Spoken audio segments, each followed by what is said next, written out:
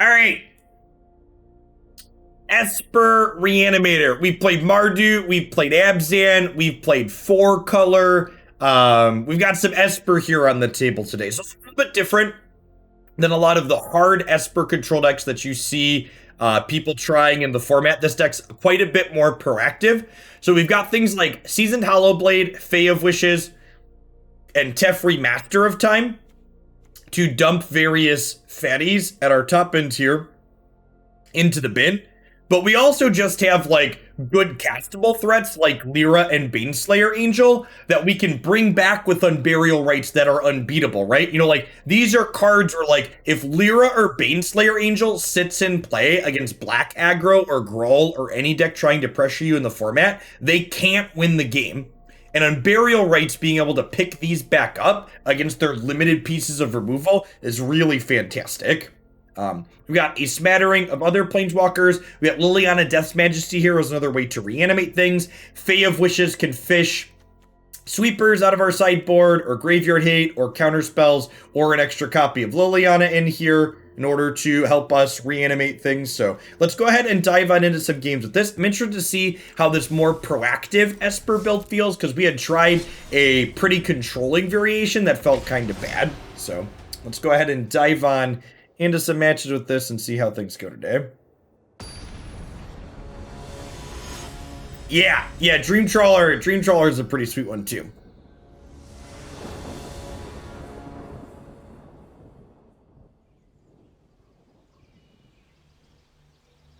My favorite fruit. Kiwis? Let's say kiwis. They're sweet, but also a little tart usually.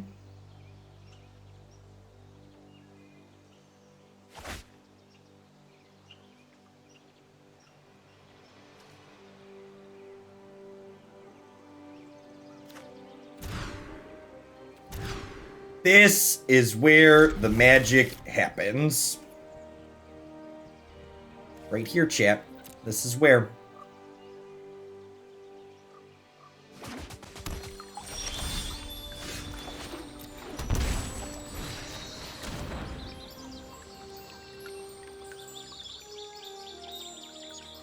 Ooh, a control mirror.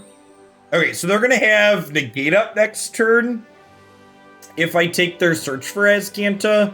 So I think I take the Negate so I can resolve my own search here. Oh, right, the ladder reset. We're back in Platinum. God bless.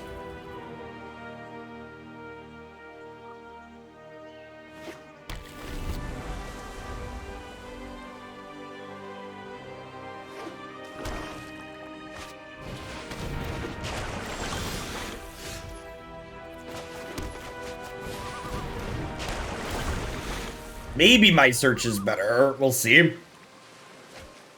Unless they have a third color we haven't seen yet. Okay, they're Grixis. Got it. I was going to say, there's a good chance that they can't remove our search, and being Grixis, they probably can't. So we have but one Vanishing Verse in the main deck, and we also have Vanishing Verse and Fractures in the sideboard. We can fish up with Fae of Wishes.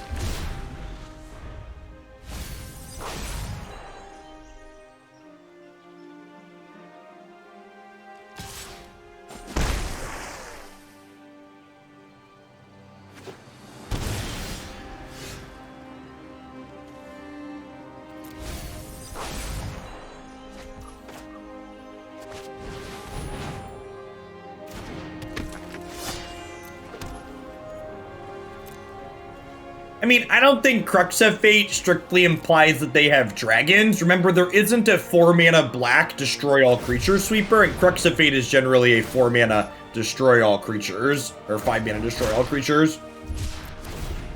Well, there are some dragons in this format. Generally speaking, this just clears the board out.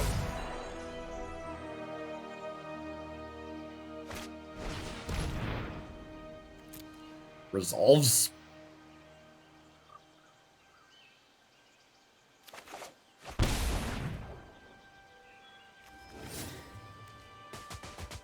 Four-mana Boloth is great. It's like a big chittering rats. Or ravenous rats or whatever it's called.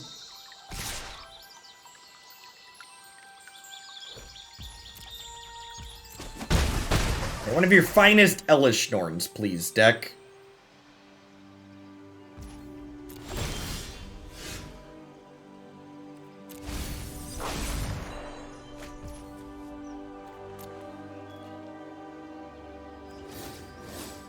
They have 7 cards in their bins. They're going to need to flip their search next turn.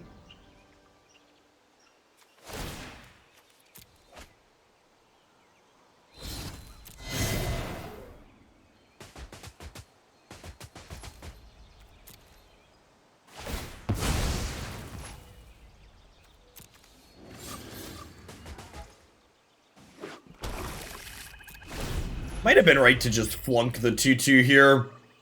You technically have us a 4-turn clock.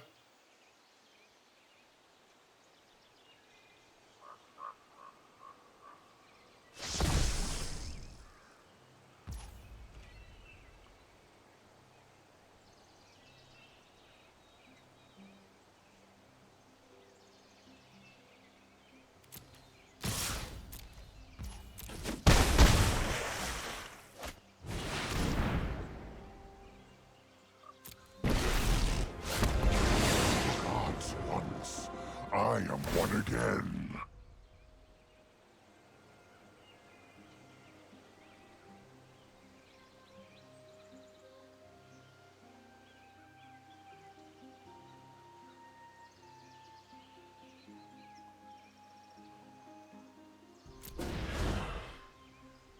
I think we're dead at this point.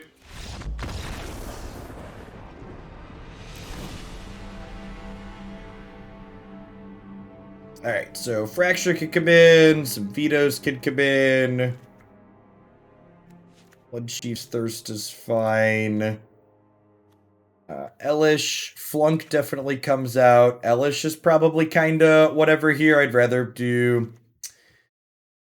Is Elesh better than Lyra's? Now, these are probably better because they're more castable, right?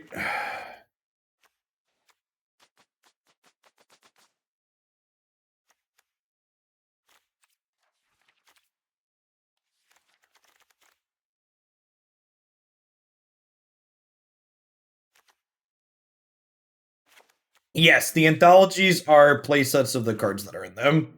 And trim the Hallowblades, I think we want to go long and cast our spells a lot of the time here.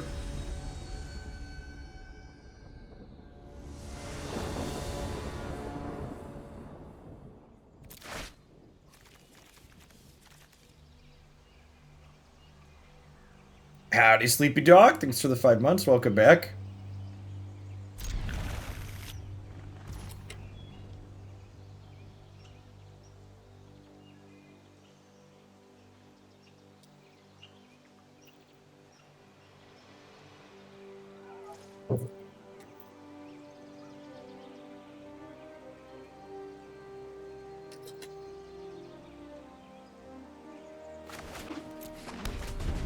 Blue is the color 2.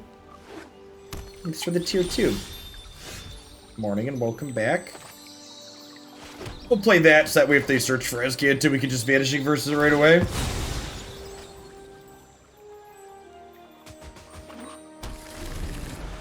I mean, hitting a bunch of land drops to start here is fine. Having a lot of resources to begin with is a good thing. Especially with both of our castles here.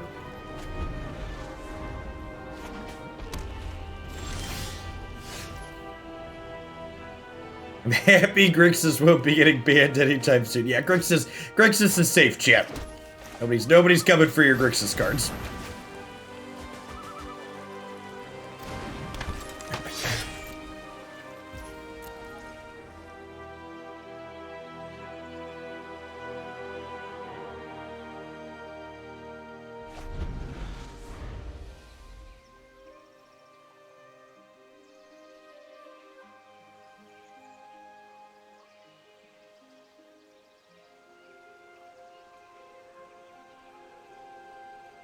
Yeah, both of our castles should be great here.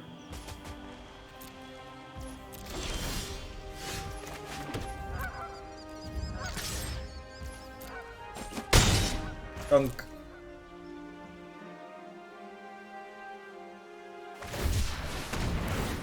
Got a 2/2.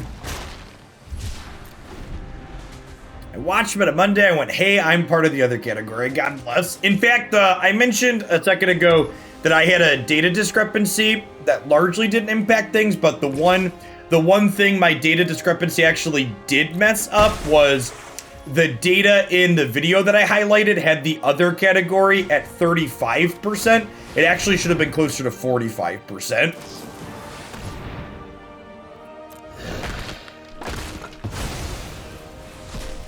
The format was actually more diverse than my results implied. We keep both of those, huh? How do I decide which castle to use? I don't know. I decided to use the blue castle in that interest because if my opponent had another 2/2 shark, the 1/1 wouldn't have gotten to attack. I mean, you just highlighted why we're playing it over a Danto Vanguard. We're playing Hallowblade because it discards our creatures. Because we're a Reanimator deck. Spicy Dad, thanks for the 2/3 of a year. Welcome back.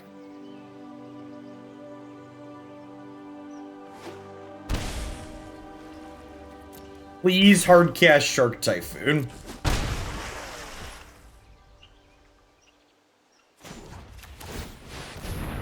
And now I want to keep this Thoughtseize, so we'll just leave it there. Make a 1/1.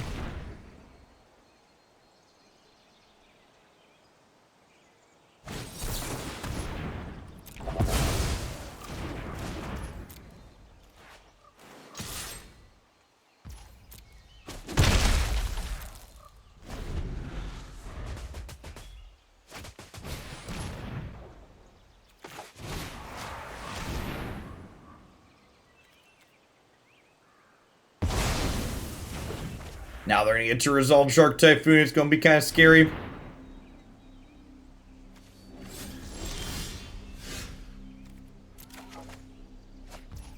Well, oh, they didn't have a land. That makes sense.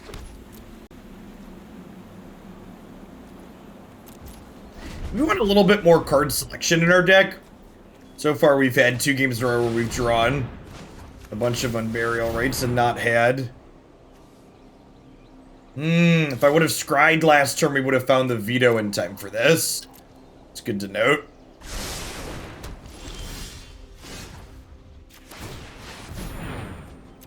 Now, Agonizing Remorse is narrow and bad. We're just dead to the Shark Typhoon here. And we need a bit more card selection.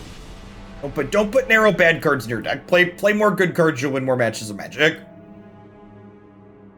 In fact, something that was probably correct to do in that game there, rather than fighting tooth and nail over the opponent's graveyard hate, like, one of the things that's nice here is, what's the word I'm searching for? One of the things that's nice that our deck is capable of doing is we can just cast our spells, right? Like, we have these interactive elements here that allow the game to go long, so rather than fighting over the graveyard, if you're expecting a lot of things like Cling to Dust, for example, just port out the Unburial Rites and plan to cast your creatures. Champion of Wits is not a very good Magic card. And while Thirst for Meaning isn't exactly up there either, I think it's slightly better than Champion of Wits.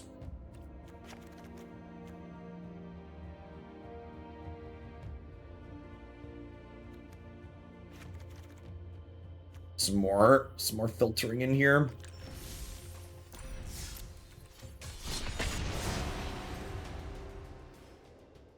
Yeah, this is the fair warning for chat.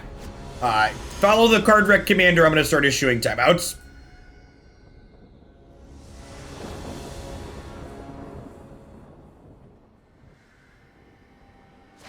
Especially the people that have been here long enough to have mod swords. You should know better.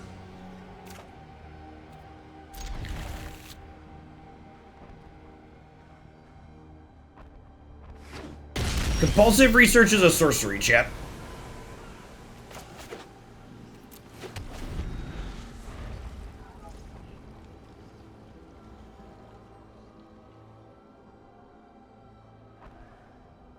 I guess you could make the argument that we don't have that many instants, but The flexibility on this is nice. This is much better against things like Clothis, for example.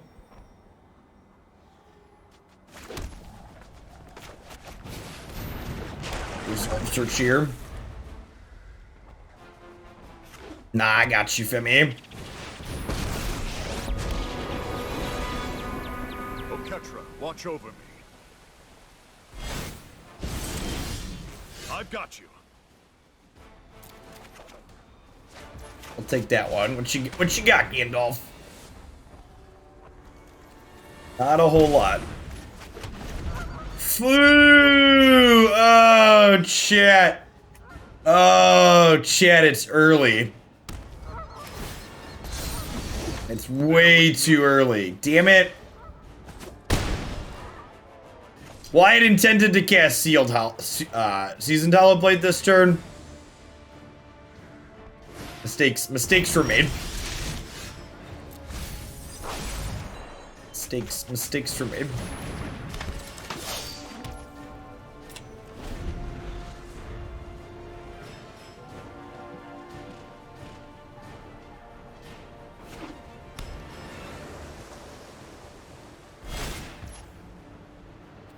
We took 4 damage we didn't have to take, basically.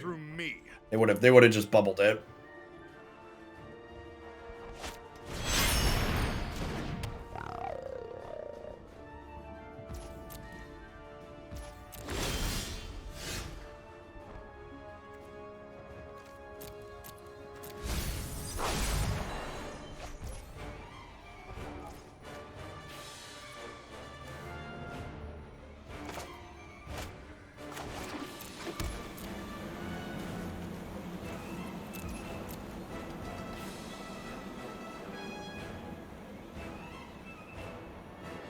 Red Abyssal.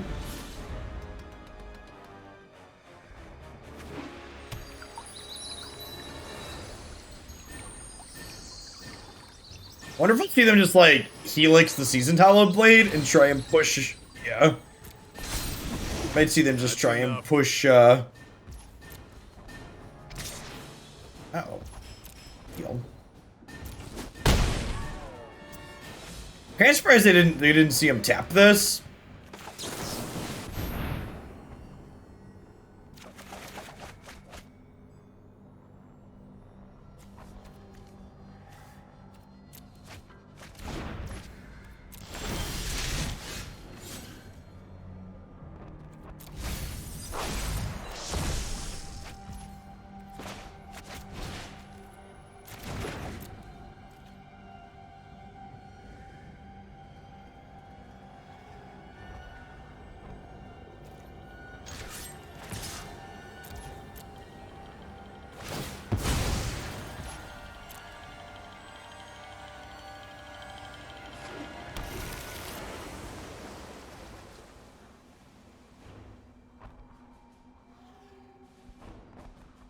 Wonder if we'll see him just use the castle here.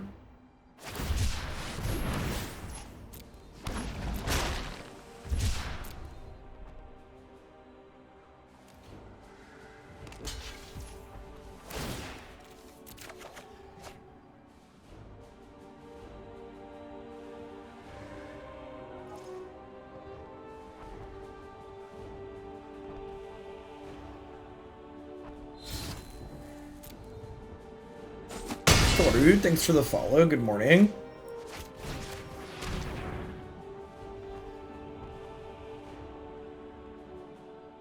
We could see them like Helix our Dome in response here and just race us.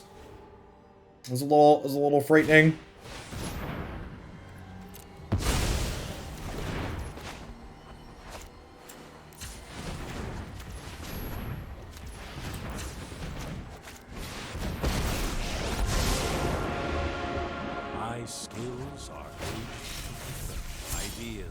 Seconds are fleeting.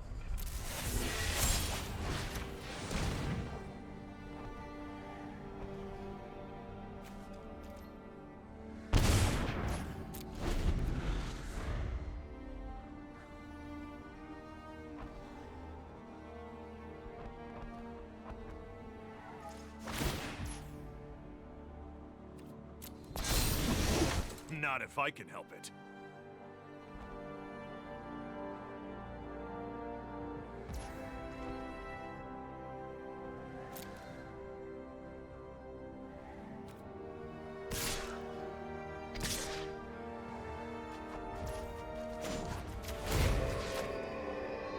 So Tef gets to live.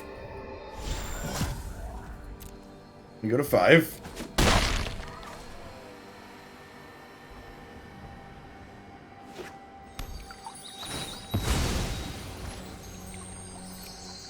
Little man, thanks for the 1.5 years. Welcome back. No, we started the day building decks, PK, so you haven't missed anything. That'll be the deck we're playing after this one.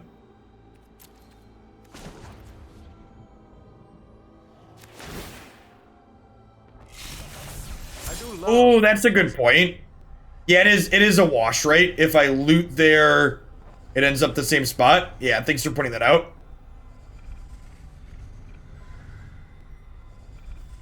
We seem to be quite dead.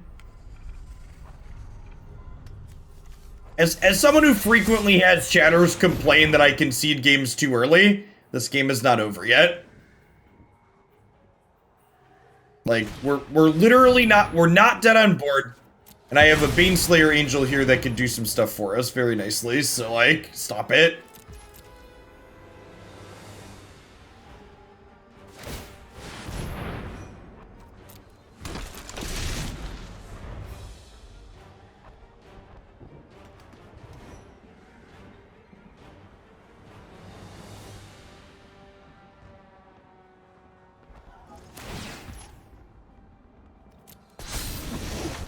Now, if they have another counterspell here, we're dead.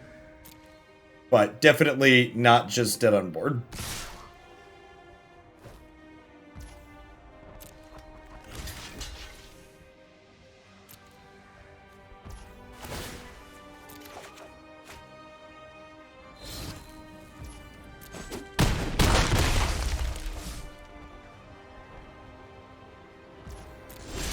Now, we do unfortunately have to just pass with Tef here, because I don't want to loot my Baneslayer Angel.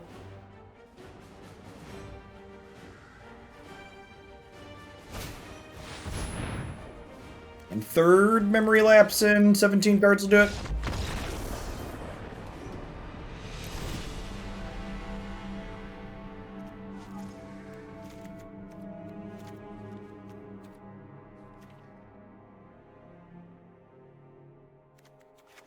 Flunk gets to come out. Norn gets to come out.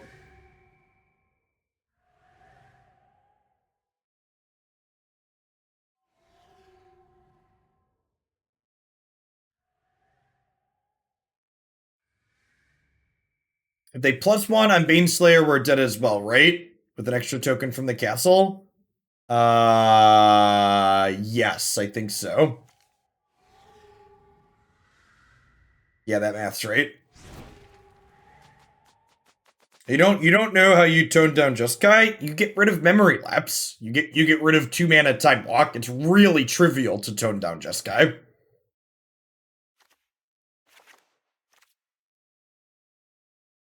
You get rid of the fucked up card they shouldn't have put in the format in the first place.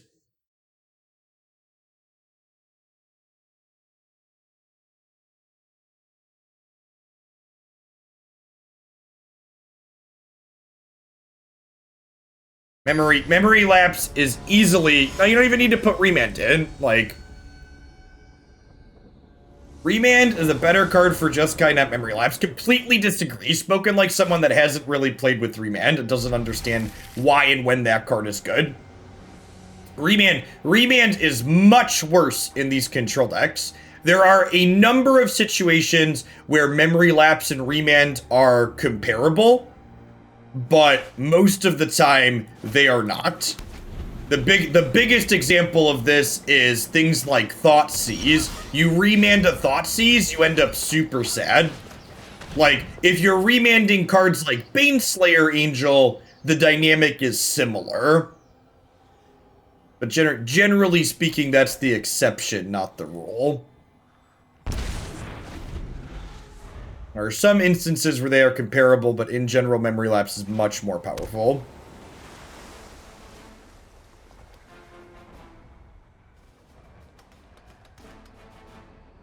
Another consideration, and we didn't see this out of this opponent last game, but in general, these Jeskai decks are playing copies of Expressive Iteration, and that's kind of the common theme between Jeskai.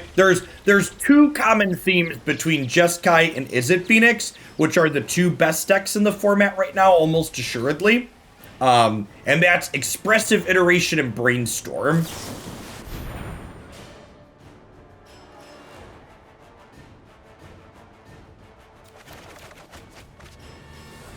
Those cards both see...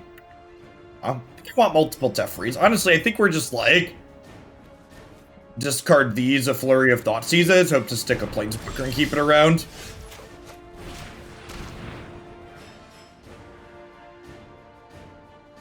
I don't know, it's impossible to know. Trying to predict what Wizards of the Coast is going to do while managing their format, generally speaking, is a fool's errand. They are not consistent with how they manage formats based on my decade and a half of experience, which you need consistency in order to make prediction based on previous actions.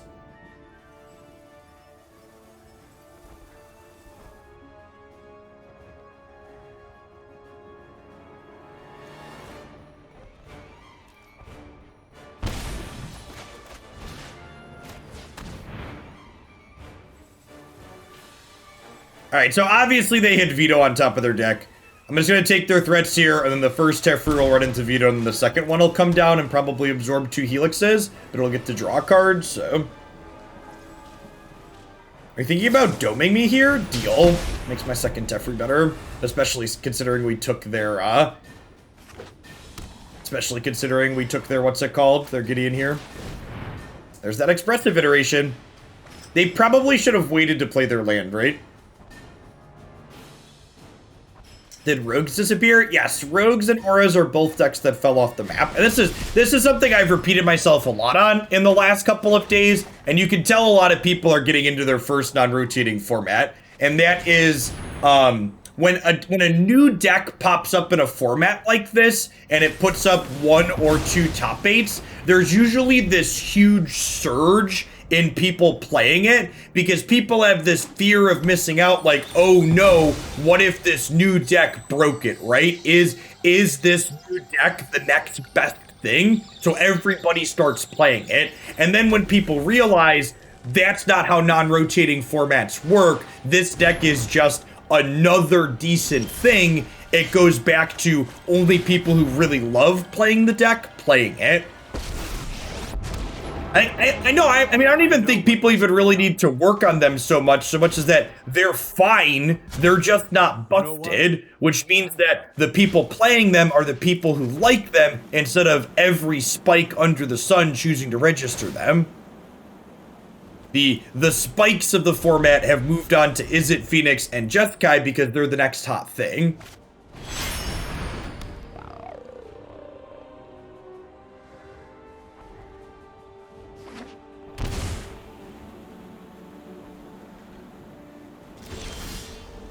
Yeah, I think what happened, I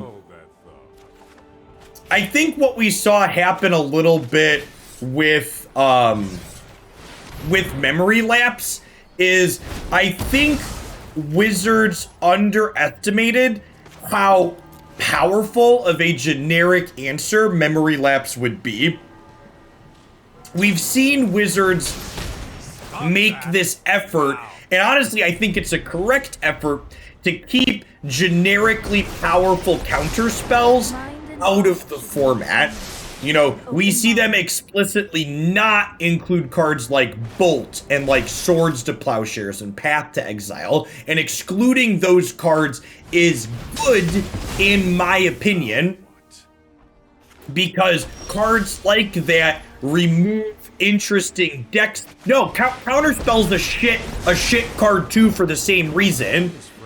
Counter spell is too good for the same reason memory lapse is too good by and large, in that it's objectively the best thing you can be doing in your 2-mana disruptive slot, so it removes deck building choices and just like, this is the one you play.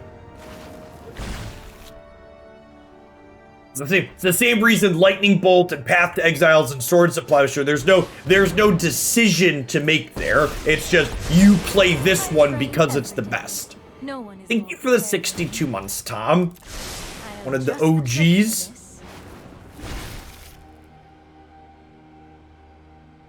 11 months. Physicist, I appreciate that. Welcome back. A good comparison on the other side is look at black removal in this format. Look at how many different pieces of black removal see play, and basically no one plays 4 copies of any of them, right? Like, there's Fatal Push, there's Bloodchief's Thirst, there's Flunk, there's Heartless Act, there's Cast Down, there's Doomblade. Just like offhand, there are 6 cheap pieces of black removal that you could all make justifications for why they're good, bad, or otherwise on any given Sunday, right? I've learned my lesson. Ideas, like seconds, are fleeting.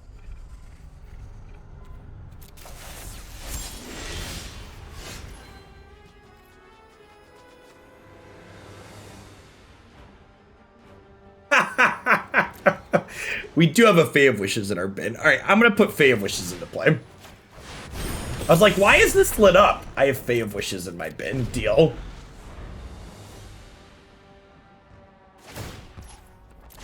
Meditate and Yeah, and honestly, like, Black Sweepers are a fantastic example of that, too. Could not agree more. Like, that is... And we see this Jeskai deck be oppressive because of how things line up.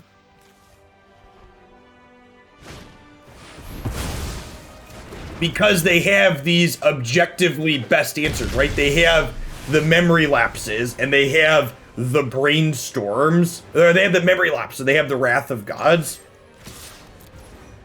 I must train harder.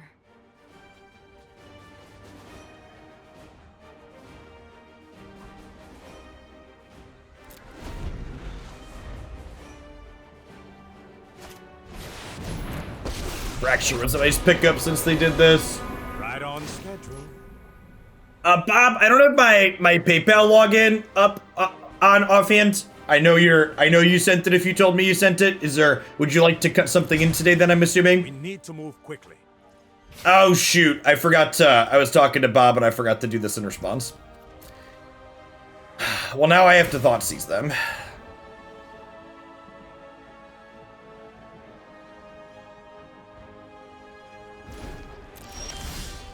That's awkward. Ideally, I wanted to save this to, like, discard the Fae of Wishes, but now I have to try and clear a counterspell.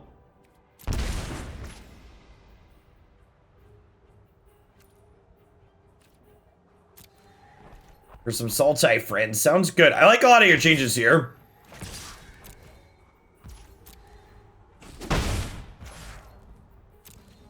I think putting a terrible card like Nazal the Primal Tide in my deck probably makes my win rate go down, not up.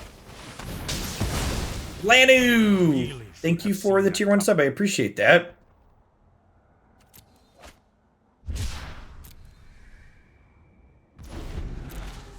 Yep, yeah, I'm gonna hold the land for Fae of Wishes here.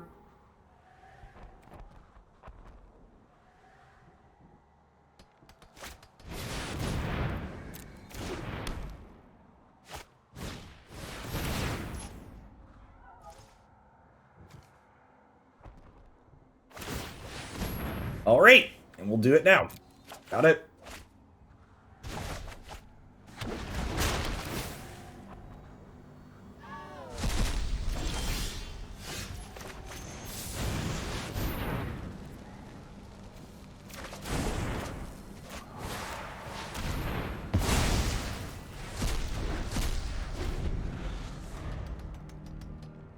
Hey, hope you're ready to enjoy your summer, Lanu.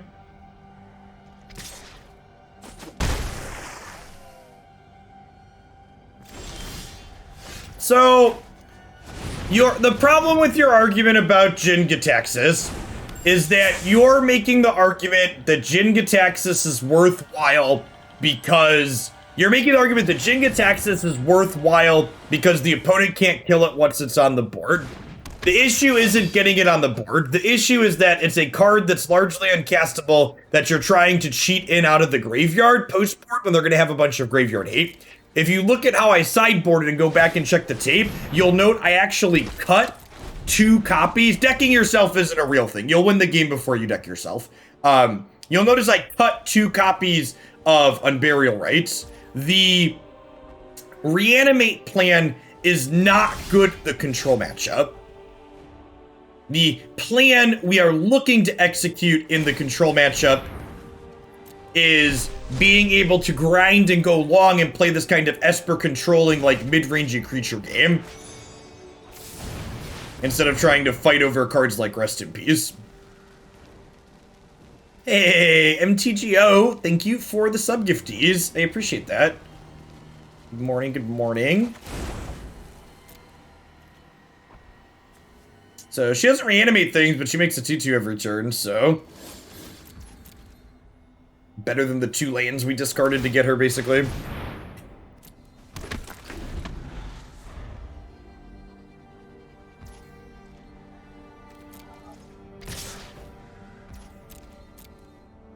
Guess we're kind of low on life here, too.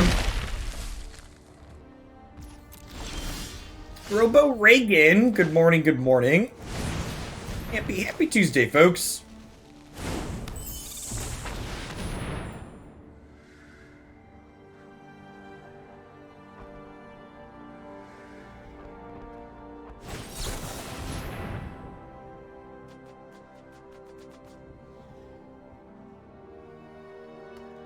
Looks like we're just dead. How's voting on MTGO going so far? I don't know. It's a good question. I was running around fixing my messed up data this morning from the Meta Monday.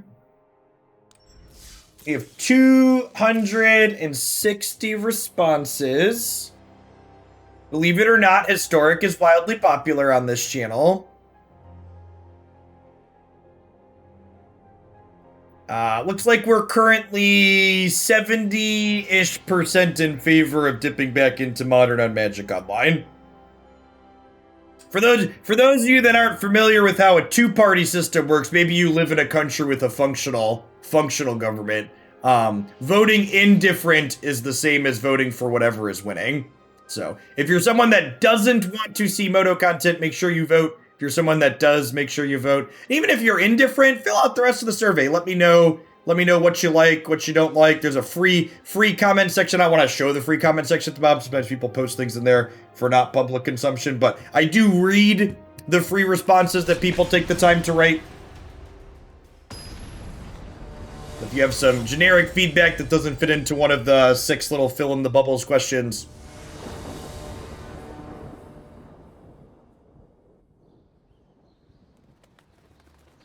Philly, did you see my tag in Christie's Discord server about games on Friday, by the way? I meant to DM you because I didn't think I saw you respond there.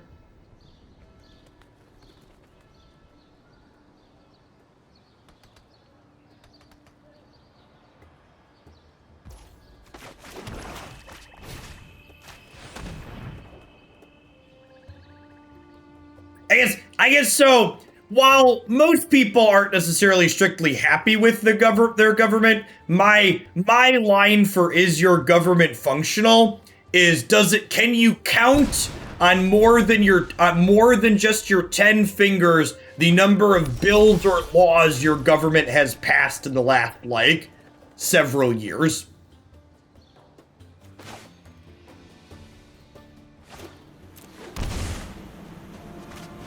The answer to that question is yes, you're more functional than what the United States have. I filibuster that question.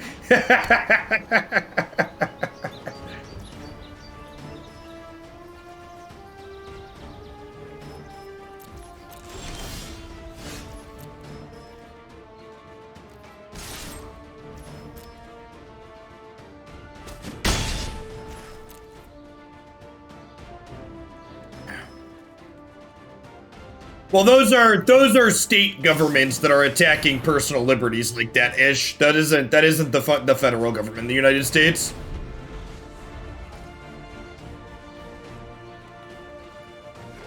Also, for the record, for the people voting for MTGO, voting yes means that we'll get a minimum of 1 day. And if it's a dumpster fire after that 1 day, we won't be doing more. But if we play a full day of Moto decks and the format seems reasonable and fun, I could see doing a modern deck, you know, as one of our 3 decks 2 or 3 times a week.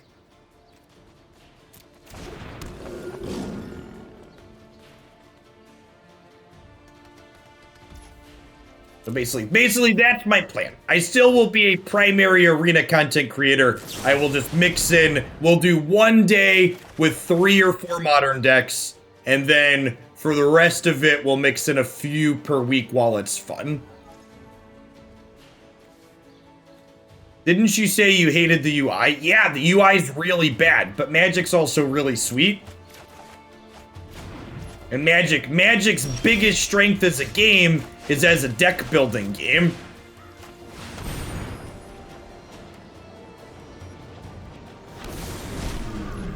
So, for reference, I expect if we do stream Moto, there will be less viewers for Magic Online than we have for Magic Arena. But I'm also, like, not here strictly for the viewer count, right? If I only cared about the viewer count, I'd never stream, you know, like Ghost of Tsushima or other variety games that I stream. The reason why I send out those monthly sub polls to gauge what the people who sub to the channel want to see and support to see is because the subscribers pay the bulk of my income. Like, while there's a small amount of ad revenue, like, compared to my sub revenue, it's negligible. So, if subscribers are happy seeing something, that's my metric for, is this something I find worth doing? Are we dead here? Should I have left this back? Let's give some trample, right?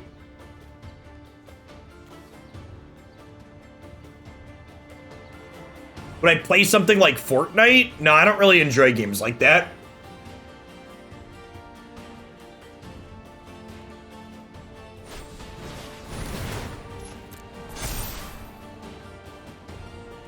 Do I have to chump block with Dreamy Boy here? I have to chump block with my boy. This is 13. Now we're good, right? I can just take 13. And then we'll, like, Bloodchief's Thirst 1, Flunk the other.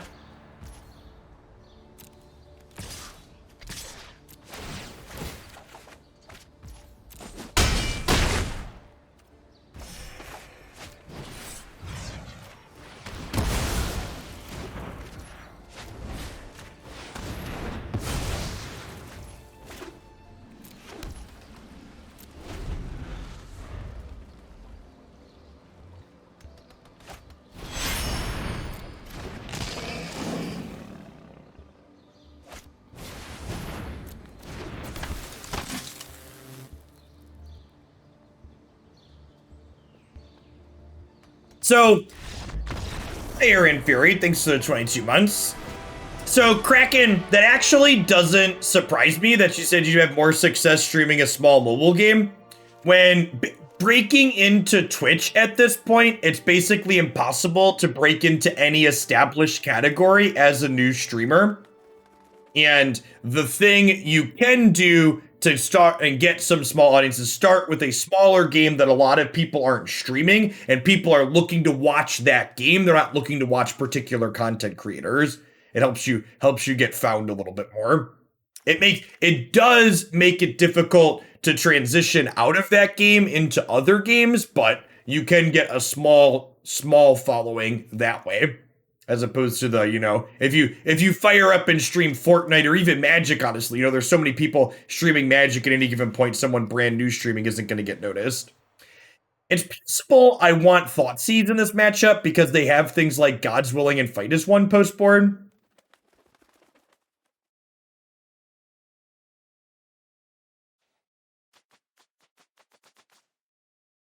I'm also bringing in more spot removal, though. Let's just try this.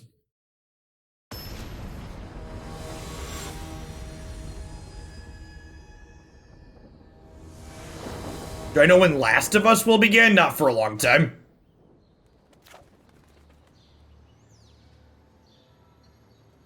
Look for me to start streaming Mario Golf on release at the end of the month. I mean, streaming games that you like because you like them is the best reason to start broadcasting on Twitch. In a no joke sort of the way.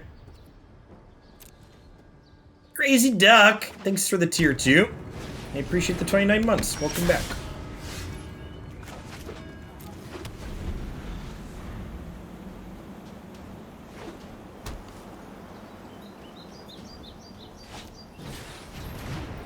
Twitch has removed my ability to send emails to my subscribers. Can we make a command about that? Because I feel like we are going to get that question a lot, unfortunately. So, if you want to participate in the sub-survey this time around, you got to join the Discord server and get the link.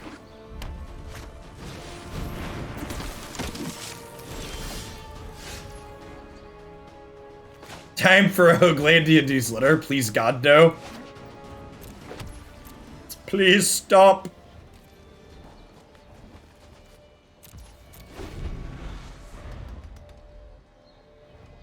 Why did they do that? The reason I was told officially is because of safety concerns. Yes, it was for all. They turned it off for everybody, not just for me.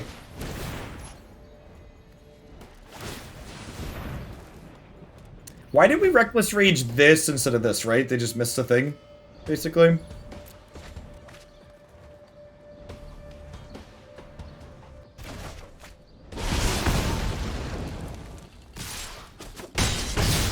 I have 57,000 unread emails between my personal accounts. My personal email currently has 10 unread email messages. And of those messages, 7 of them were sent since I started streaming this morning.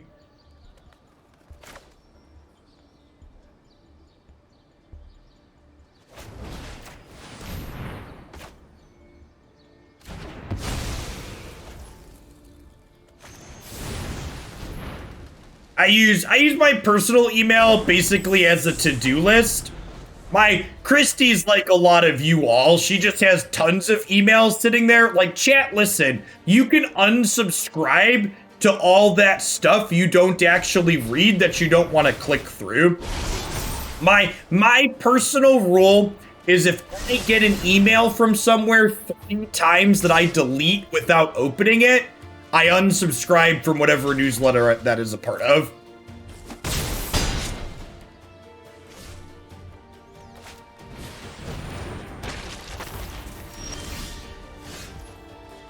My personal threshold. If I ignore the contents 3 times, we should probably move off of it.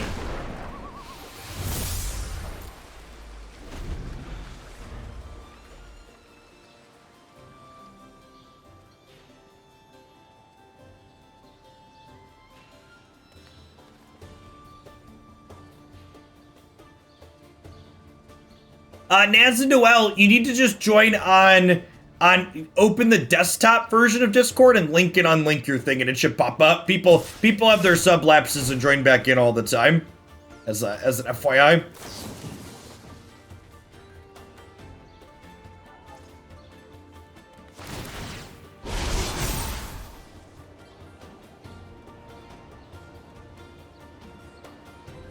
There are 2 types of people, those with their inbox at 0 and those who aren't my friends. That's a little brutal.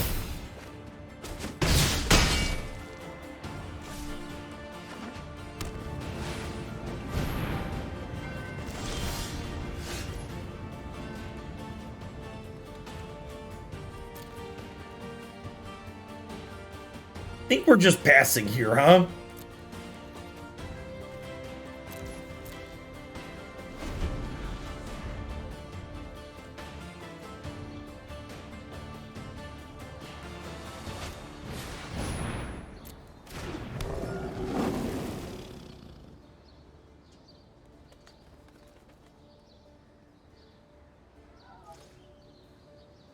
The Hoaglandia Discord server is quite large.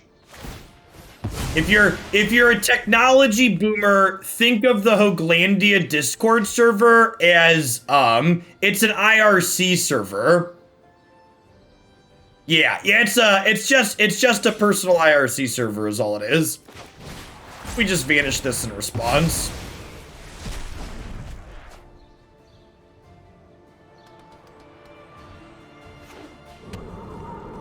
And for those of you that don't know what an IRC server is, you're currently in one right now. Twitch chat's an IRC server.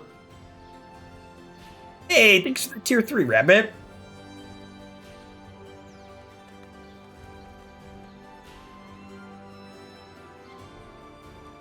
I mean, IRC servers don't do like screen sharing and voice and stuff. It's like a you have Blast from the Past. It's like a Ventrilo mashed with IRC, basically.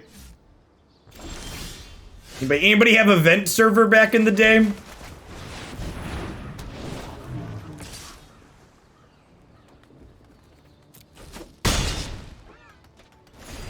Oh boy, oh boy.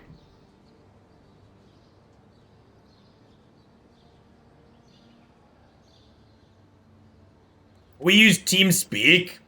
Mumble came along later. How else are you gonna own the noobs in CS16? That's exactly what we used Ventrilo for. Counter-Strike Source in 1.6 and 1.5. Oh man, that's a brutal top deck. Oh, so now they get to kill Dream Trawler here.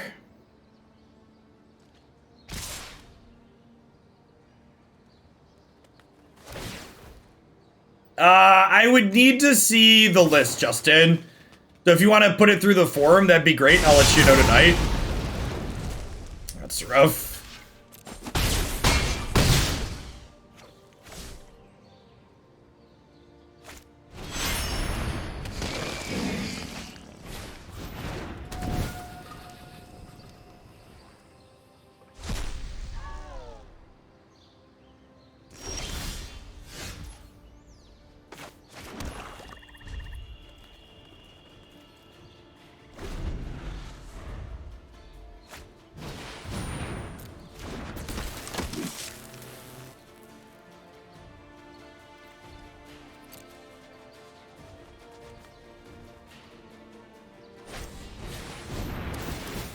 And the top of their deck was brutal this game.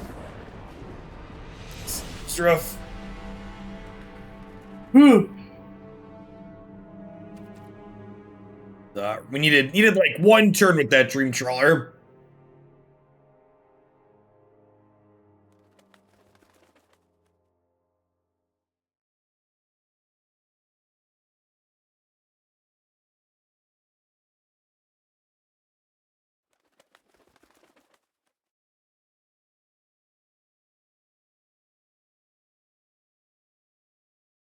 I've never used the form of which you speak. If you don't want to use the form, it's a $100 submission. However, if you use the form, it is a $50 submission.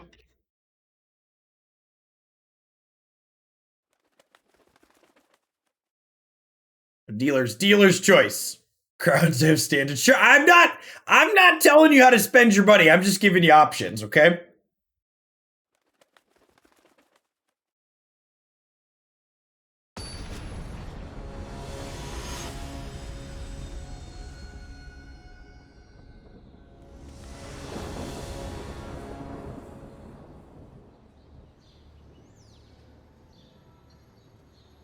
I think Remand would be a less offensive counterspell in Historic. Yeah, 100%. To be fair, like, Memory Lapse is, like, pretty offensive.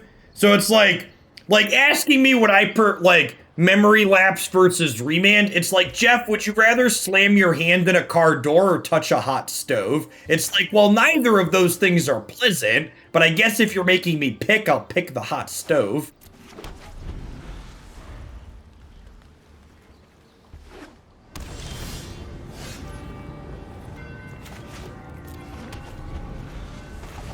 I apologize for being thirsty on main chat.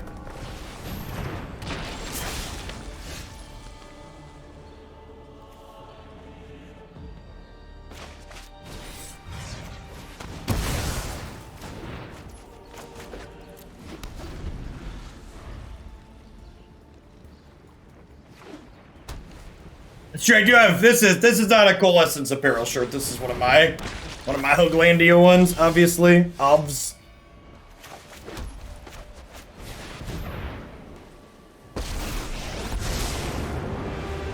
If I don't have a plan, I'll just make one up. Don't worry, I'll think of something. Mm-hmm.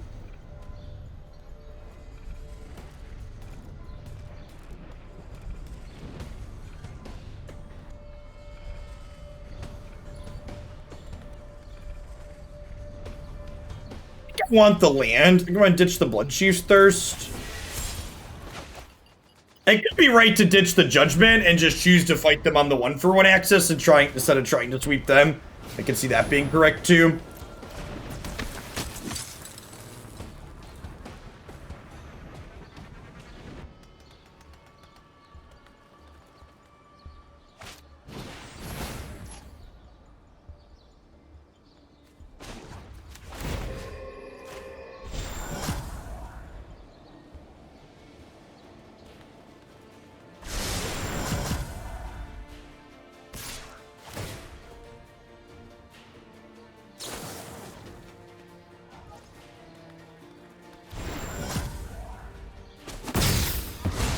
Really? We chose not to flash back Defiant Strike. That's interesting.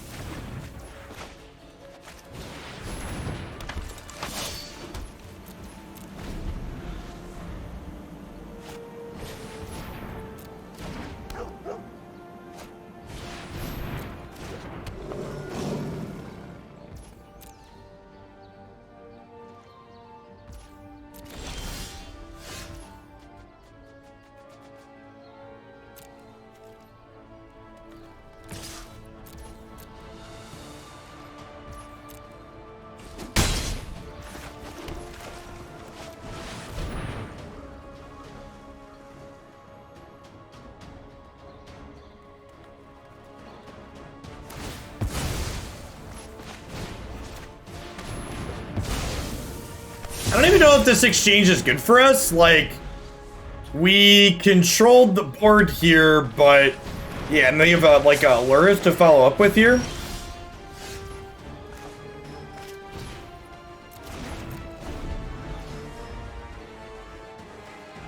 Milady. Milady. Nah, I think I wanted to just guaranteed clean their whole board out there, Blue. Just need an untapped land now.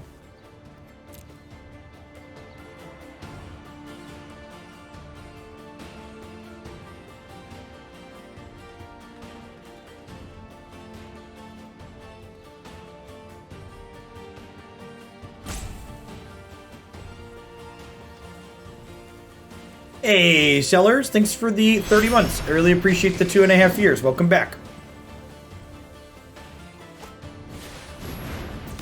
Untapped land. Untapped land. Untapped land.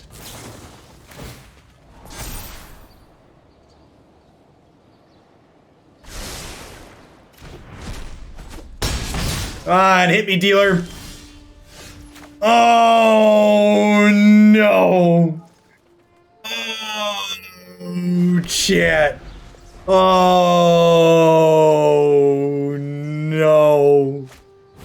What kind of idiot put a fast land in his control deck? What kind of stupid person does this, chat? Alright, we're dead. I get it. Alright, I'm gonna be done with this one. Yeah, Esper is, Esper's gonna do Esper things. You know,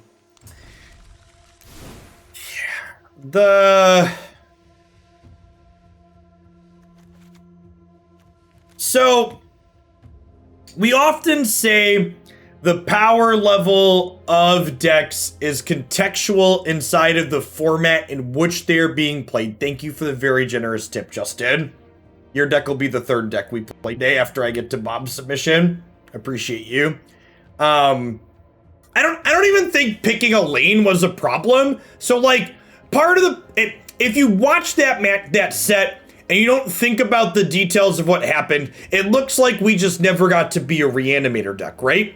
But if you look at the details of what was going on, we actually were set up to reanimate in a number of games, and our opponents just had graveyard hate.